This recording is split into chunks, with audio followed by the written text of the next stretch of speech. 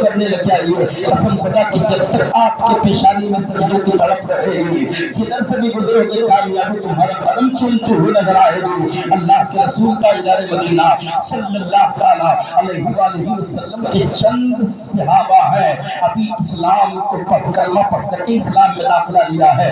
لیکن نمازیں نہیں چھوٹ رہی ہے، اللہ کے ذکر سے غافل نہیں ہو رہے ہیں۔ جب میٹنگ ہو رہی ہے مکہ میں کہ یہ بتائیے کہ کیا کون سا جام دلا دیا ہے رسول نے کہ یہ جب دیکھو اپنے دانتوں میں مسواک کرتے رہتے ہیں، اپنے دانتوں میں ہر وقت نماز میں مسواک کرتے رہتے ہیں، کون سا وظیفہ بتا دیا ہے انہیں؟ لوگوں نے کہا مسواک نہیں کر رہے ہیں، خطرہ ہے کہیں ایسا نہ ہو کہ ہمیں نقصان پہنچا دیں، اپنے دانتوں میں دھار لگایا کرتے ہیں۔ کفار و مشرکین نے جب مسواک کرنا شروع کیا ہے، مسلمانوں نے، دین کے سچے مجاہدوں نے، دین کے سچے سپاہیوں نے تو سلسلہ طاری ہو گیا ہے اور وہ لڑکے دام ہو گئے ہیں کہ اپنے دانتوں میں دھار لگاتے کہیں ہم کو اس سے ذبح کرنے کاٹ نہ ڈالا ہے۔ میرے پیارے لوگوں نے پوچھا تھا اور جب وہ نماز پڑھنے کے لیے آتے تھے تو اتبا شیبہ میں ٹھیک کرتے تھے تو ان کو جب چاہے مسل دیں، جب چاہے ان کا وجود مٹا دیں، جب چاہے انہیں خاکستر کر دیں، ان کے پاس بھی اتبر نہیں ہے، ان کے پاس بچے بھالے نہیں ہے، ان کے پاس کوئی ساز سامان نہیں ہے۔ تو لوگوں نے کہا تھا کہ بتاؤ کون سا چیز تم دیکھتے ہو کہ دیوانہ ہو جاتے ہو رسول؟ پوری دنیا کے آشائش و آرام کو چھوڑ دیتے ہو اور حضور کی بارگاہ میں جاتے تو انہی کا دیوانہ بن جاتے ہو۔ تو عاشق رسول کی بولی سنیں، پکار کے کہنے لگے کہ میں مصطفیٰ کے جام محبت کا مست ہوں، کہ میں مصطفیٰ کے جام محبت کا مست ہوں، یہ وہ نشہ نہیں جسے ترشی اتار دے، یہ وہ نشہ نہیں جسے ترشی اتار دے۔ ہم نماز پڑھتے ہیں اور جب نماز پڑھتے ہیں اور اپنی پیشانی کو رکھتے ہیں، آپ کو میں آخری جملہ دے رہا ہوں، جب انسان کو گھمنڈ ہو جائے، جب انسان کو تکبر ہو جائے تو اس کے گھمنڈ کو اگر آپ چاہتے ہو کہ چکنا چور کر دیں تو اسے نماز کا عادی بنا دیں، اسے قرآن پڑھنے والا بنا دیں۔ جب وہ اپنی پیشانی رکھ کے حضور رکھ کر کے رگڑے گا اور اپنے ناک زمین پر رکھ کر کے رگڑے گا اور سبحان ربی الاعلیٰ کی جو جاری کرے گا تو پھر وہ سمجھ جائے گا کہ میں جس کے سامنے جھک گیا ہوں یہی سب کا معبود ہے، یہی سب کا رب ہے، یہی سب کا خالق ہے، یہی سب کا مالک ہے، یہی سب کو روزی دیتا ہے۔ میرے پیارے وہ انسان کے تکبر اور اس کے حسد و بغض و عناد دور ہوتے چلے جائیں گے۔ میں عرض کرتا چلوں کہ اللہ کے رسول تاجدار مدینہ صلی اللہ علیہ وآلہ وسلم نے ایک مثال قائم فرمایا تھا، ارشاد فرمایا صحابہ سے کہ ایک کام کرو،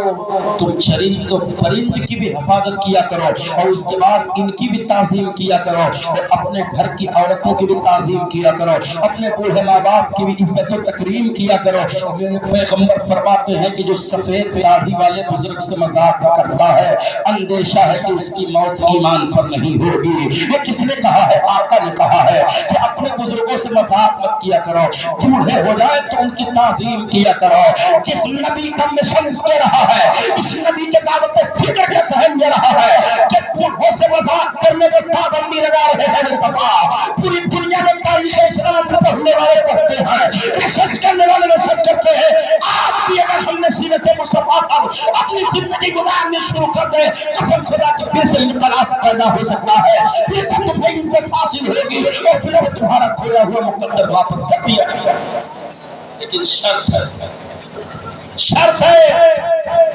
کہ تمہیں سچی محبت حضور سے کرنی ہوگی، تمہیں سچا پیار حضور سے کرنا ہوگا، تمہیں سچی لگاؤ حضور سے رکھنی ہوگی۔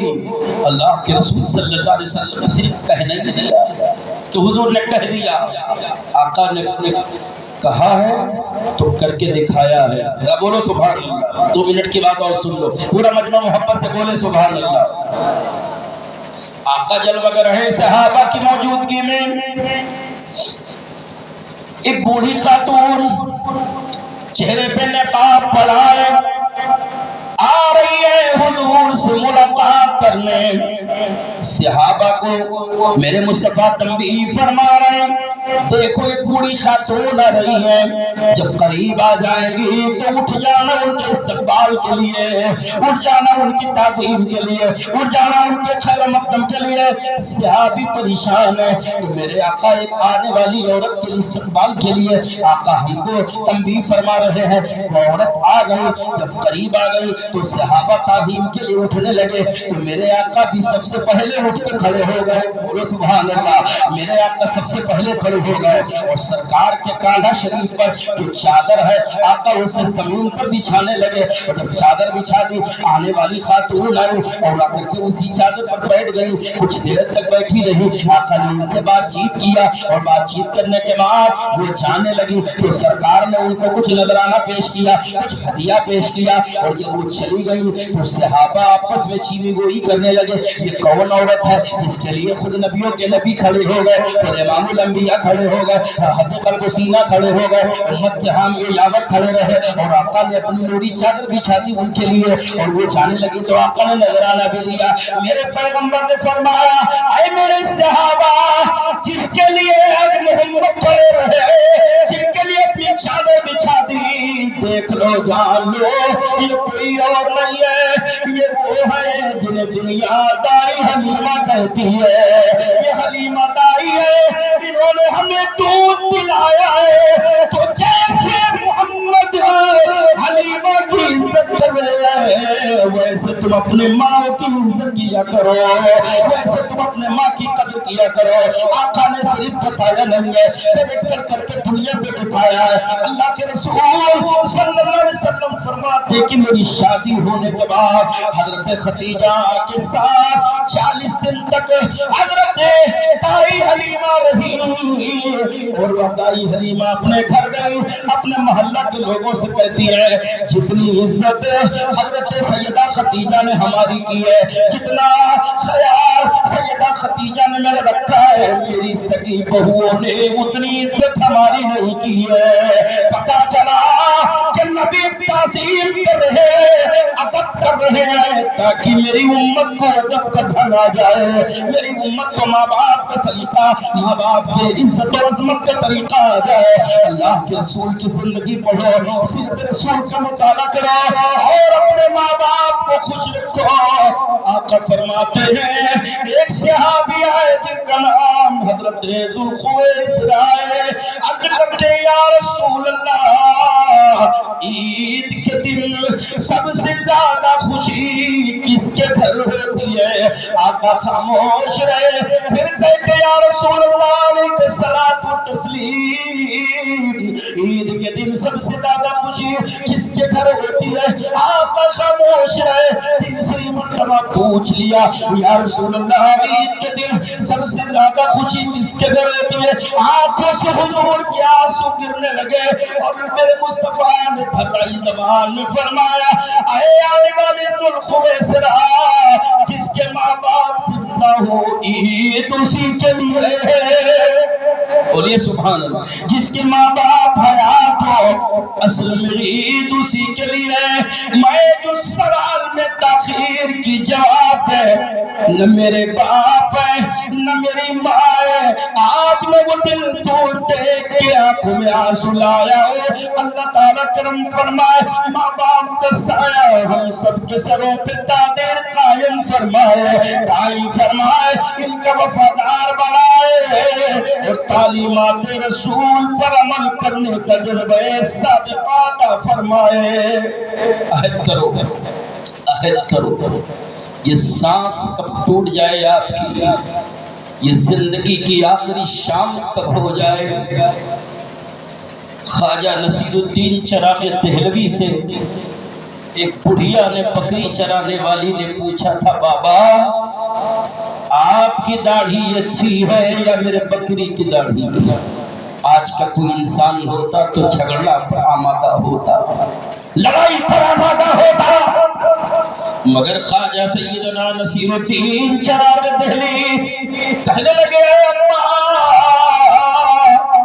یہ تمہارے سوال کا جواب آج نہیں دوں گا، پھر کب دیں گے؟ کہا جب میں انتقال کر جاؤں گا تو میں جواب دے دوں گا۔ جب میں انتقال کر جاؤں گا تو جواب دوں گا۔ کہا انتقال کرنے کے بعد کیسے جواب دیں گے آپ؟ کہا اگر تیری زندگی رہے گی تو پوچھ لینا۔ حضرات بڑا پیچیدہ سوال تھا کہ انتقال کے بعد جواب دیں گے۔ بڑھیا رہی حیات، خواجہ نصیر الدین انتقال کر گئے، جنازہ مریدوں نے اٹھایا، بڑے تسک و احتشام کے ساتھ تجزیہ و تکفین کا معاملہ عمل میں آیا، جنازہ لے کے چلنے لگے۔ اس بڑھیا کو خبر دی گئی، وہ بھی آئی، مریدوں سے کہا جنازہ روک دو، جنازہ روک دیا گیا۔ کہا اللہ کے ولی بابا نصیر الدین چراغ دلی، میں نے آپ سے کہا تھا کہ آپ کی داڑھی اچھی ہے، میرے بکری کی داڑھی، تو آپ نے کہا تھا انتقال کے بعد جواب دوں گا، جواب دیجئے۔ قسم خدا کی دہلی میں ایسا جنازہ بھی لوگوں نے دیکھا، خواجہ نصیر الدین چراغ دہلی کفن پہنے ہوئے اٹھ کر کے بیٹھ گئے، فرمایا کہ اے بوڑھی ماں، اس وقت میری داڑھی ہزاروں درجہ بہتر ہے اللہ کے نزدیک۔ کہا یہ جواب آپ نے پہلے کیوں نہ دیا؟ کہا اس لیے نہیں دیا کہ کہیں اگر میری موت ایمان پر نہ ہوتی تو پھر میرے داڑھی کی کوئی عزت نہ ہوتی۔ آج نصیر الدین کی موت ایمان پر ہو گئی ہے، اللہ نے میرا قد بڑھا دیا، میرے داڑھی کے نور میں بھی برکتیں تامہ بخش دی ہے۔ اس لیے دعا مانگا کرو، اے اللہ اگر دنیا میں زندگی دی ہے تو جینے کا ہنر دے مولا، زندگی دی ہے تو جینے کا ہنر دے مولا، علم کے ساتھ عمل کا بھی گوہر دے مولا، علم کے ساتھ عمل کا بھی گوہر دے مولا۔ علم رہے تو عمل بھی کریں۔ آپ جب عملی جامہ پہن لیں گے، قسم خدا کی آپ بارات میں رہیں گے، شادی میں رہیں گے، آپ بڑے بڑے فنکشن میں رہیں گے، لیکن نماز کا وقت ہوگا تو نماز پڑھنے آپ جائیں گے، قلب مسجد آپ کو بے چین کر دے گی، قلب نماز آپ کو بے چین کر دے گی۔ آپ کسی بھی پارٹی میں رہیں گے، لیکن جب آپ کو نماز کا وقت ہوگا اور نماز کی جب چاشنی آپ کو مل جائے گی تو آپ جائیں گے مسجد کی طرف، آپ سارا کام چھوڑ دیں گے لیکن عبادت کی طرف جائیں گے، کیونکہ جب انسان مسجد کی طرف بڑھتا ہے اور بڑھتا رہتا ہے، اگر ہارٹ اٹیک میں اس کی موت ہوتی ہے تو انسان کی جب موت ہوتی ہے تو مسجد سے اس نمازی کا راستہ ناپا جاتا ہے اور اس کے بعد اللہ تعالیٰ اس کو جنت میں جگہ عطا کر دیتا ہے۔ اس لیے کہا گیا ہے اٹیک جب انسان کو آتا ہے، اس کو آگے کی طرف جب وہ انسان گرتا ہے تو اٹیک اس کو آتا ہے، یا کبھی کبھی ایسا ہوتا ہے کہ وہ پھسلتا ہے تو بائیں کے سمت گرتا ہے اور پھر اس کے سر پہ جب چوٹ لگتی ہے تو پھر وہ اٹیک کی موت مرتا ہے۔ اس لیے اللہ نے نظام قدرت قائم فرما دیا ہے کہ جب مسجد میں آپ جائیں تو اللہم افتح لی ابواب رحمتک پڑھائیں اور اپنا دایاں پیر مسجد کے اندر بڑھائیں، تاکہ اگر ایسے اشنا میں آپ کی موت ہوتی ہے، آپ کو اٹیک آتا ہے تو بھی آپ رب کے گھر کے بھی قریب ہیں، اللہ کے جنت سے بھی قریب ہیں، رب کے رحمت سے بھی قریب ہیں۔ اور جب آپ نکلنے لگتے ہیں تو اب سسٹم بدل دیا جاتا ہے، اب آپ آ رہے ہیں تو اب بایاں قدم آپ کو نکالنا ہے، اللہم انی اسألک من فضلک پڑھنا ہے، اور دایاں قدم آپ نکالیں گے۔ اگر پھر اس اشنا میں آپ مرتے ہیں گرتے ہیں تو جب گریں گے تو بھی مسجد کی طرف ہی آپ کا رخ رہے گا، آپ مسجد کی طرف ہوں گے تو اللہ کے گھر سے بھی قریب ہے، جنت سے بھی قریب ہے، اس کی رحمت سے بھی قریب ہے۔ پتہ چلا مسجدیں ہمیں جنت کا پتہ دیتی ہے، نمازوں کی عادی بن جائے، توبہ کرنے گناہوں سے اور اپنے بزرگوں کی تعلیمات پر عمل کریں، اللہ کے ذکر سے بندوں کو سکون ملتا ہے قول محمد قول خدا۔ فرمان نہ بدلا جائے گا، بدلے گا زمانہ لاکھ مگر قرآن نہ بدلا جائے گا، بدلے گا زمانہ لاکھ مگر قرآن نہ بدلا جائے گا۔ کی محمد سے وفا تو نے تو ہم تیرے ہیں، یہ جہاں چیز ہے کیا لوح قلم تیرے ہیں، ان کی مہک نے دل کے غنچے کھلا دیے ہیں، جس راہ چل دیے ہیں کوچے بچا دیے ہیں، جب یاد آ گئی ہے جوش رحمت پہ ان کی آنکھیں، جب آ گئی ہے جوش رحمت پہ ان کی آنکھیں، جلتے بجھا دیے ہیں روتے ہنسا دیے ہیں۔ استغفر اللہ۔